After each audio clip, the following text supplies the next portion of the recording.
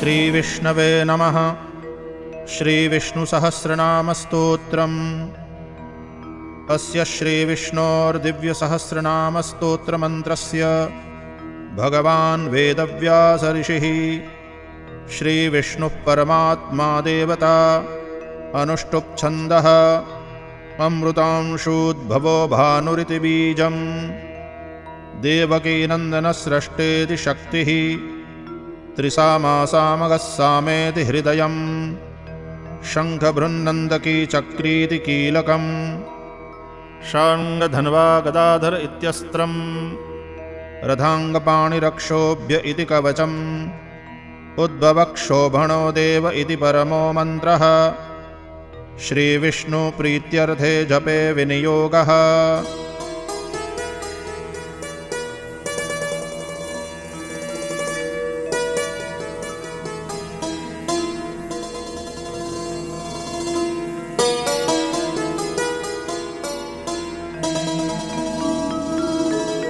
ध्यानम्। शान्ताकारं भुजगशयनं पद्मनाभं सुरेशं। विश्वाधारं गगनसदृशं मेघवर्णं शुभांगं। लक्ष्मीकान्तं कमलनयनं योगिभिर्ध्यानगम्यं। वन्दे विष्णुं भवभयहरं सर्वलोकैकनाथम्। सशङ्खचक्रं सकिरीटकुण्डलं सपीतवस्त्रं सरसीरुहेक्षणं।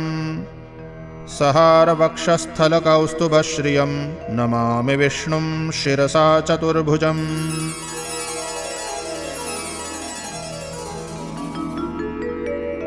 स्तोत्रम्।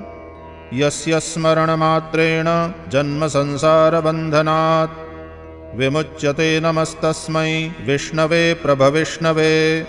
नमः समस्तभूतानाम् आदिभूताय भूभृते अनेकरूपरूपाय विष्णवे प्रभविष्णवे। वैशम्पायन उवाच श्रुत्वा धर्मान् शेषेण पावनानि च सर्वशः। युधिष्ठिरः शान्तनवं पुनरेवाभ्यभाषत। युधिष्ठिर उवाच किमेकं दैवतं लोके किं वाप्येकं परायणम्। स्तुवन्तः कं कमर्चन्तः प्राप्नुयुर्मानवाः शुभम्। को धर्मः सर्वधर्माणां भवतः परमो मतः। किञ्जपन्मुच्यते जन्तुर्जन्मसंसारबन्धनात्। भीष्म उवाच जगत्प्रभुं देवदेवम् अनन्तं पुरुषोत्तमम्। स्तुवन्नाम सहस्रेण पुरुषः सततोत्थितः। तमेव चार्चयन्नित्यं भक्त्या पुरुषमव्ययम्। ध्यायन् स्तुवन्नमस्यांश्च यजमानस्तमेव च। अनादिनिधनं विष्णुं सर्वलोकमहेश्वरम्। लोकाध्यक्षं स्तुवन्नित्यं सर्वदुःखातिगो भवेत्। ब्रह्मण्यं सर्वधर्मज्ञं लोकानां कीर्तिवर्धनं। लोकनाथं महद्भूतं सर्वभूतभवोद्भवम्। एष मे सर्वधर्माणां धर्मोऽधिकतमो मतः। यद्भक्त्या पुण्डरीकाक्षं स्तवैरर्चेन्नरः सदा। परमं यो महत्तेजः परमं यो महत्तपः। परमं यो महद्ब्रह्म परमं यः परायणम्। पवित्राणां पवित्रं यो मङ्गलानां च मङ्गलम्। दैवतं देवतानां च भूतानां यो व्ययः पिता। यतः सर्वाणि भूतानि भवन्त्यादियुगागमे। यस्मिंश्च प्रलयं यान्ति पुनरेव युगक्षये। तस्य लोकप्रधानस्य जगन्नाथस्य भूपते विष्णोर्नाम सहस्रं मे शृणु पापभयापहम्। यानि नामानि गौणानि विख्यातानि महात्मनः। ऋषिभिः परिगीतानि तानि वक्ष्यामि भूतये। ॐ विश्वं विष्णुर्वषट्कारो भूतभव्यभवत्प्रभुः। भूतकृद्भूतभृद्भावो भूतात्मा भूतभावनः भूतात्मा परमात्मा च मुक्तानां परमागतिः अव्ययः पुरुषः साक्षी क्षेत्रज्ञोऽक्षर एव च योगो योगविदां नेता प्रधानपुरुषेश्वरः नारसिंहवपुः श्रीमान् केशवः पुरुषोत्तमः सर्वः सर्वशिवस्थाणुर्भूतादिर्निधिरव्ययः सम्भवो भावनो भर्ता प्रभवः प्रभुरीश्वरः स्वयंभूः शम्भुरादित्यः पुष्कराक्षो महास्वनः अनादिनिधनो धाता विधाता धातुरुत्तमः अप्रमेयो ऋषिकेशः पद्मनाभोऽमरप्रभुः विश्वकर्मा मनुस्त्वष्टा स्थविष्ठस्थविरो ध्रुवः अग्राह्यः शाश्वतः कृष्णो लोहिताक्षप्रतर्दनः प्रभूतस्त्रिककुब्धाम पवित्रं मङ्गलं परम् ईशानप्राणदप्राणो ज्येष्ठश्रेष्ठप्रजापतिः हिरण्यगर्भो भूगर्भो माधवो मधुसूदनः ईश्वरो विक्रमी धन्वी मेधावी विक्रमक्रमः अनुत्तमो दुराधर्षः कृतज्ञः कृतिरात्मवान् सुरेशः शरणं शर्म विश्वरेताः प्रजाभवः अहः संवत्सरो व्यालः प्रत्ययः सर्वदर्शनः अजः सर्वेश्वरः सिद्धः सिद्धिः सर्वादिरच्युतः वृषा कपिरमेयात्मा सर्वयोगविनिःसृतः वसुर्वसुमनः सत्यः समात्मा संमितः समः अमोघः पुण्डरीकाक्षो वृषकर्मा वृषाकृतिः रुद्रो बहुशिरा बभ्रुर्विश्वयोनिःशुचिश्रवाः अमृतः शाश्वतस्थाणुर्वरारोहो महातपाः सर्वगः सर्वविद्भानुर्विश्वक्सेनो जनार्दनः वेदो वेदविदव्यङ्गो वेदाङ्गो वेदवित्कविः लोकाध्यक्षः सुराध्यक्षो धर्माध्यक्षः कृताकृतः चतुरात्मा चतुर्व्यूहः चतुर्दंष्ट्रश्चतुर्भुजः भ्राजिष्णुर्भोजनं भोक्ता सहिष्णुर्जगदादिजः अनघो विजयो जेता विश्वयोनिः पुनर्वसुः उपेन्द्रो वामनप्रांशुरमोघः शुचिरूर्जितः अतीन्द्रः सङ्ग्रहः सर्गो धृतात्मा नियमो यमः वेद्यो वैद्यः सदा योगी वीरः माधवो मधुः अतीन्द्रियो महामायो महोत्साहो महाबलः महाबुद्धिर्महावीर्यो महाशक्तिर्महाद्युतिः अनिर्देश्य वपुः श्रीमान् अमेयात्मा महादृदृक् महेश्वासो महीभर्ता श्रीनिवासः सतां गतिः अनिरुद्धः सुरानन्दो गोविन्दो गोविदाम्पतिः मरीचिर्दमनो हंसः सुपर्णो भुजगोत्तमः हिरण्यनाभः सुतपाः पद्मनाभप्रजापतिः अमृत्युः सर्वदृक्सिंहः सन्धाता सन्धिमान् स्थिरः अजो दुर्मर्षणः शास्ता विश्रुतात्मा सुरारिः गुरुर्गुरुतमो धाम सत्यः सत्यपराक्रमः निमिषो निमिषस्रग्वी वाचस्पतिरुदारधीः अग्रणीर्ग्रामणे श्रीमान् न्यायो नेता समीरणः सहस्रमूर्धा विश्वात्मा सहस्राक्षः सहस्रपात् आवर्तनो निवृत्तात्मा संवृतः सम्प्रमर्दनः अहः संवर्तको वह्निः अनिलो धरणीधरः सुप्रसादप्रसन्नात्मा विश्वधृग्विश्वभुग्विभुः सत्कर्ता सत्कृतः साधुर्जन्नुर्नारायणो नरः असङ्ख्येयो प्रमेयात्मा विशिष्टः शिष्टकृच्छुचिः सिद्धार्थः सिद्धसङ्कल्पः सिद्धिदः सिद्धिसाधनः वृषा हि वृषभो विष्णुर्वृषपर्वा वृषोदरः वर्धनो वर्धमानश्च विविक्तश्रुतिसागरः सुभुजो दुर्धरो वाग्मी महेन्द्रो वसुदो वसुः नैकरूपो बृहद्रूपः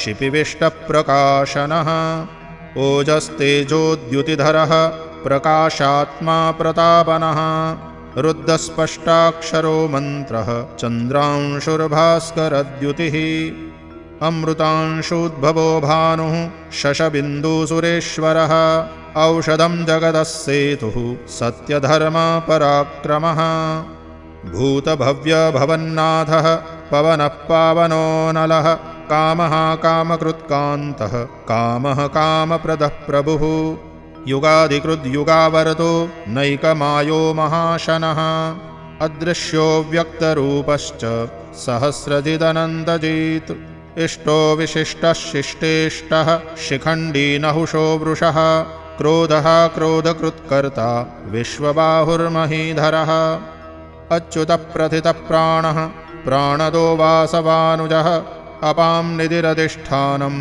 अप्रमत्तः प्रतिष्ठितः स्कन्दः स्कन्दधरो धुर्यो वरदो वायुवाहनः वासुदेवो बृहद्भानुः आदिदेवः पुरन्दरः अशोकस्तारणस्तारः शूरः शौरिर्जनेश्वरः अनुकूलः शतावर्तः पद्मी पद्मनिभीक्षणः पद्मनाभोरविन्दाक्षः पद्मगर्भः शरीरभृत् महर्धिर्रुद्धो वृद्धात्मा महाक्षो गरुडध्वजः अतुलः शरभो भीमः समयज्ञो हविर्हरिः सर्वलक्षणलक्षण्यो लक्ष्मीवान् समितिञ्जयः विक्षरो रोहितो मार्गो हेतुर्दामोदरः सहः महीधरो महाभागो वेगवानमिताशनः उद्भवक्षोभणो देवः श्रीगर्भः परमेश्वरः करणं कारणं कर्ता विकर्ता गहनो गुहः व्यवसायो व्यवस्थानः संस्थानस्थानदो ध्रुवः परर्धिः परमस्पष्टः तुष्टः पुष्टः शुभेक्षणः रामो विरामो विरचो मार्गो नेयो नयो नयः वीरः शक्तिमतां श्रेष्ठो धर्मो धर्मविदुत्तमः वैकुण्ठः पुरुषः प्राणः प्राणदः प्रणवः पृथुः हिरण्यगर्भः शत्रुघ्नो व्याप्तो वायुरधोक्षजः ऋतुः सुदर्शनः कालः परमेष्ठी परिग्रहः उग्रः संवत्सरो दक्षो विश्रामो विश्वदक्षिणः विस्तारस्थावरस्थाणुः प्रमाणं बीजमव्ययम् अर्धोऽनर्धो महाकोशो महाभोगो महाधनः अनिर्विण्णस्थविष्ठो भूर्धर्मयूपो महामखः नक्षत्रनेमिर्नक्षत्री क्षमः क्षामः समीहनः यज्ञ इज्यो महेज्यश्च क्रतुः सत्रं सतां गतिः सर्वदर्शी विमुक्तात्मा सर्वज्ञो ज्ञानमुत्तमम् सुव्रतः सुमुखः सूक्ष्मः सुघोषः सुखदः सुहृत् मनोहरो जितक्रोधो वीरबाहुर्विदारणः स्वापनस्ववशो व्यापी नैकात्मानैककर्मकृत् वत्सरो वत्सलो वत्सी रत्नगर्भो धनेश्वरः धर्मगुप्धर्मकृद्धर्मी सदसत्क्षरमाक्षरम् अविज्ञाता सहस्रांशुर्विधाता कृतलक्षणः गभस्तिनेमिः सत्त्वस्थः सिंहो भूतमहेश्वरः आदिदेवो महादेवो देवेशो देवभृद्गुरुः उत्तरो गोपतिर्गोप्ता ज्ञानगम्यः पुरातनः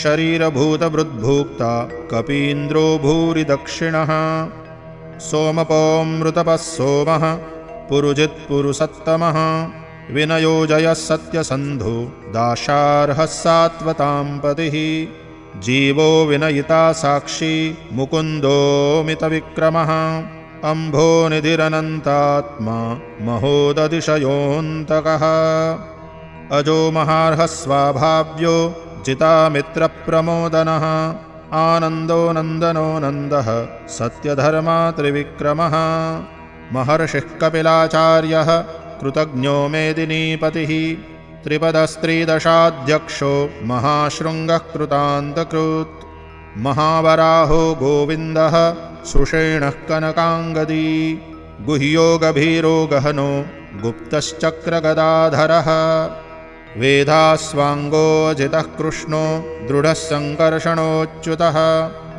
वरुणो वारुणो वृक्षः पुष्कराक्षो महामनाः। भगवान् भगहानन्दी वनमाली हलायुधः आदित्यो ज्योतिरादित्यः सहिष्णुर्गतिसत्तमः सुधन्वाखण्डपरशुर्दारुणो द्रविणप्रदः दिवि स्पृक्सर्वदृग्व्यासो वाचस्पतिरयो निजः त्रिसामासामगः साम निर्वाणं भेषजं विशक् संन्यासकृच्छमः शान्तो निष्ठा शान्तिः परायणम् शुभाङ्गः शान्तिदस्रष्टा कुमुदः कुवलेशयः गोहितो गोपतिर्गोप्ता वृषभाक्षो वृषप्रियः अनिवर्ती निवृत्तात्मा संक्षेप्ताक्षेमकृच्छिवः श्रीवत्सवक्षाः श्रीवासः श्रीपतिः श्रीमताम्बरः श्रीधः श्रीशः श्रीनिवासः श्रीनिधिः श्रीविभावनः श्रीधरः श्रीकरः श्रेयः श्रीमान् लोकत्रयाश्रयः स्वक्षः स्वङ्गः शतानन्दो नन्दिर्ज्योतिर्गणेश्वरः विजितात्मा विधेयात्मा सत्कीर्तिश्छिन्नसंशयः उदीर्णः सर्वतश्चक्षुः अनीशः शाश्वतस्थिरः भूषयो भूषणो भूतिर्विशोकः शोकनाशनः अर्चिष्मान् अर्जितः कुम्भो विशुद्धात्मा विशोधनः अनिरुद्धो प्रतिरथः प्रद्युम्नोमितविक्रमः कालनेमी निहावीरः शौरिः शूरजनेश्वरः त्रिलोकात्मा त्रिलोकेशः केशवः केशिहा हरिः कामदेवः कामपालः कामीकान्तकृतागमः अनिर्देश्य वपुर्विष्णुर्वीरोऽनन्तो धनञ्जयः ब्रह्मण्यो ब्रह्मकृद्ब्रह्मा ब्रह्म ब्रह्म विवर्धनः ब्रह्मविद्ब्राह्मणो ब्रह्मी ब्रह्मज्ञो ब्राह्मणप्रियः महाक्रमो महाकर्मा महातेजा महोरगः महाक्रतुर्महायज्वा महायज्ञो महाहविः स्तव्यः स्तवप्रियस्तोत्रं स्तुतिस्तोतारणप्रियः पूर्णः पूरयिता पुण्यः पुण्यकीर्तिरनामयः मनोजवस्तीर्थकरो वसुरेता वसुप्रदः वसुप्रदो वासुदेवो वसुर्वसुमनाहविः सद्गतिः सत्कृतिः सत्ता सद्भूतिः सत्परायणः शूरसेनो यदुश्रेष्ठः सन्निवासः सुयामुनः भूता वासो वासुदेवः सर्वासुनिलयो नलः दर्पः दर्पदो दृप्तो दुर्धरोऽथापराजितः विश्वमूर्तिर्महामूर्तिर्दीप्तमूर्तिरमूर्तिमान् अनेकमूर्तिरव्यक्तः शतमूर्तिः शताननः एकोनैकः सवः कः किं यत्तत्पदमनुत्तमम् लोकबन्धुर्लोकनाथो माधवो भक्तवत्सलः सुवर्णवर्णो हेमाङ्गो वराङ्गश्चन्दनाङ्गदी वीरः विषमः शून्यो भृताशीरचलश्चलः अमानी मानदो मान्यो लोकस्वामी त्रिलोकदृक् सुमेधा मेधजो धन्यः सत्यमेधाधराधरः तेजो वृषोद्युतिधरः सर्वशस्त्रभृताम्बरः प्रग्रहो निग्रहो व्यग्रो नैकशृङ्गो गदाग्रजः चतुर्मूर्तिश्चतुर्बाहुश्चतुर्व्यूहश्चतुर्गतिः चतुरात्मा चतुर्भावश्चतुर्वेदविदेकपात् समावर्तो निवृत्तात्मा दुर्जयो दुरतिक्रमः दुर्लभो दुर्गमो दुर्गो दुरावासो दुरारिहा शुभाङ्गो लोकसारङ्गः सुतन्तुस्तन्तुवर्धनः इन्द्रकर्मा महाकर्मा कृतकर्मा कृतागमः उद्भवः सुन्दरः सुन्दो रत्ननाभः सुलोचनः अर्को वाचसनः शृङ्गी जयन्तः सर्वविज्जयी सुवर्णबिन्दुरक्षोभ्यः सर्ववागीश्वरेश्वरः महाह्रदो महागर्तो महाभूतो महानिधिः कुमुदः कुन्दरः कुन्दः पर्जन्यः पावनोऽनिलः अमृताशोऽमृतवपुः सर्वज्ञः सर्वतोमुखः सुलभः सुव्रतः सिद्धः शत्रुजिच्छत्रुतापनः न्यग्रोधोदुम्बरोऽश्वत्थः चाणूरान्ध्रनिषूदनः सहस्रार्चिः सप्तजिह्वः सप्तैधाः सप्तवाहनः अमूर्तिरनघो चिन्त्यो भयकृद्भयनाशनः अणुर्बृहत्कृशस्थूलो गुणभृन्निर्गुणो महान् अद्रुतस्वद्रुतस्वास्यः प्राग्वंशो वंशवर्धनः भारभृत्कथितो योगी योगीशः सर्वकामदः आश्रमश्रमणक्षामः सुपर्णो वायुवाहनः धनुर्धरो धनुर्वेदो दण्डो दमयितादमः अपराजितः सर्वसहो नियन्ता नियमो यमः सत्त्ववान् सात्विकः सत्यः सत्यधर्मपरायणः अभिप्रायः प्रियार्होर्हः प्रियकृत्प्रीतिवर्धनः विहाय स गतिर्ज्योतिः सुरुचिर्हुतभुग्विभुः रविर्विरोचनः सूर्यः सविता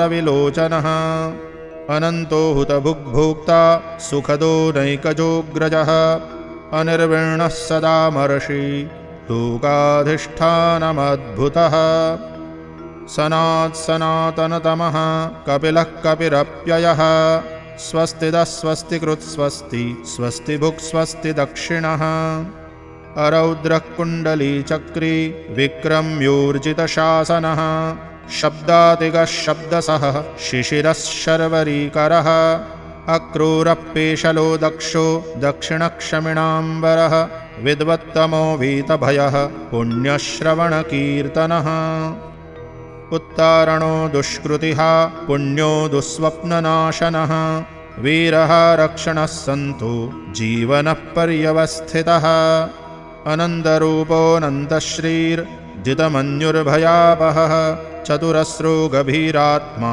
विदिशो व्यादिशो दिशः अनादिर्भूर्भुवो लक्ष्मीः सुवीरो रुचिराङ्गदः जननो जनजन्मादिर्भीमो भीमपराक्रमः आधारनिलयो धाता पुष्पहासप्रजागरः ऊर्ध्वगः सत्पथाचारः प्राणदः प्रणवः पणः प्रमाणं प्राणनिलयः प्राणभृत्प्राणजीवनः तत्त्वं तत्त्वविदेकात्मा जन्ममृत्युजरातिगः भूर्भुवस्वस्तरुस्तारः सविता प्रपितामहः यज्ञो यज्ञपतिर्यज्वा यज्ञाङ्गो यज्ञवाहनः यज्ञभृद्यज्ञकृद्यज्ञी यज्ञभुग्यज्ञसाधनः यज्ञान्तकृद्यज्ञगुह्यम् अन्नमन्नाद एव च आत्मयोनिस्वयं जातो वैखानः सामगायनः देवकीनन्दनस्रष्टा क्षितीशः पापनाशनः शङ्खबृन्दकी चक्री शाङ्गधन्वा गदाधरः रथाङ्गपाणिरक्षोभ्यः सर्वप्रहरणायुधः सर्वप्रहरणायुध ॐ नम इति।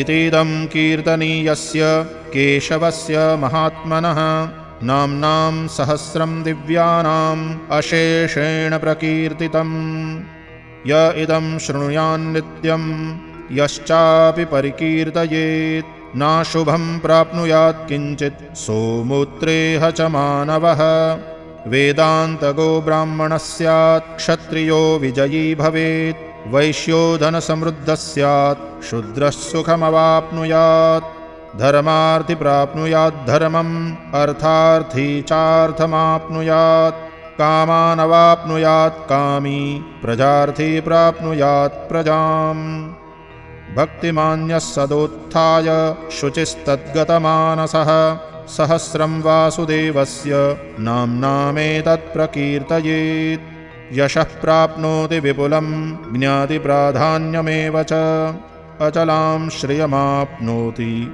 श्रेयः प्राप्नोत्यनुत्तमम् न भयं क्वचिदाप्नोति वीर्यं तेजश्च विन्दति भवत्यरोगोद्युतिमान् बलरूपगुणान्वितः रोगार्तो मुच्यते रोगात् बद्धो मुच्येत बन्धनात् भयान्मुच्येत भीतस्तु मुच्येतापन्न आपदः दुर्गाण्यतितरत्याशु पुरुषः पुरुषोत्तमम् स्तुवन्नाम सहस्रेण नित्यं भक्तिसमन्वितः वासुदेवाश्रयो मर्त्यो वासुदेवपरायणः सर्वपापविशुद्धात्मा याति ब्रह्म सनातनम् न वासुदेवभक्तानाम् अशुभं विद्यते क्वचित् जन्म मृत्यु जरा व्याधि भयं नैवोपजायते इमं स्तवमधीयानः श्रद्धा भक्तिसमन्वितः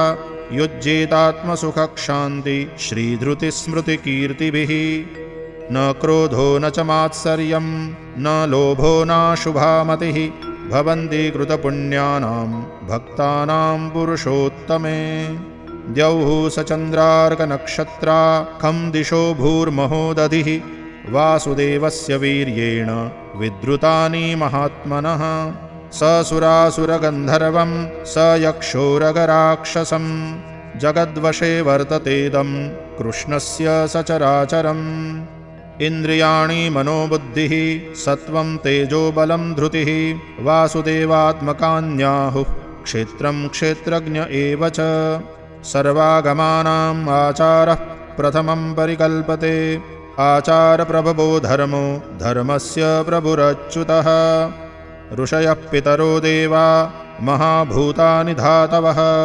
जङ्गमाजङ्गमं चेदं जगन्नारायणोद्भवम् योगो ज्ञानं तथा साङ्ख्यं विद्या शिल्पादिकर्म च वेदाः शास्त्राणि विज्ञानम् एतत्सर्वं जनार्दनात् एको विष्णुर्महद्भूतं पृथग्भूतान्यनेकशः त्रीन् लोकान् व्याप्य भूतात्मा भुङ्क्ते विश्वभुगव्ययः इमं स्तवं भगवतो विष्णोर्व्यासेन कीर्तितं पठेद्य इच्छेत्पुरुषः श्रेयः प्राप्तुं सुखानि च विश्वेश्वरमजं देवं जगतः प्रभवाप्ययं भजन्ति ये पुष्कराक्षं न ते यान्ति पराभवम्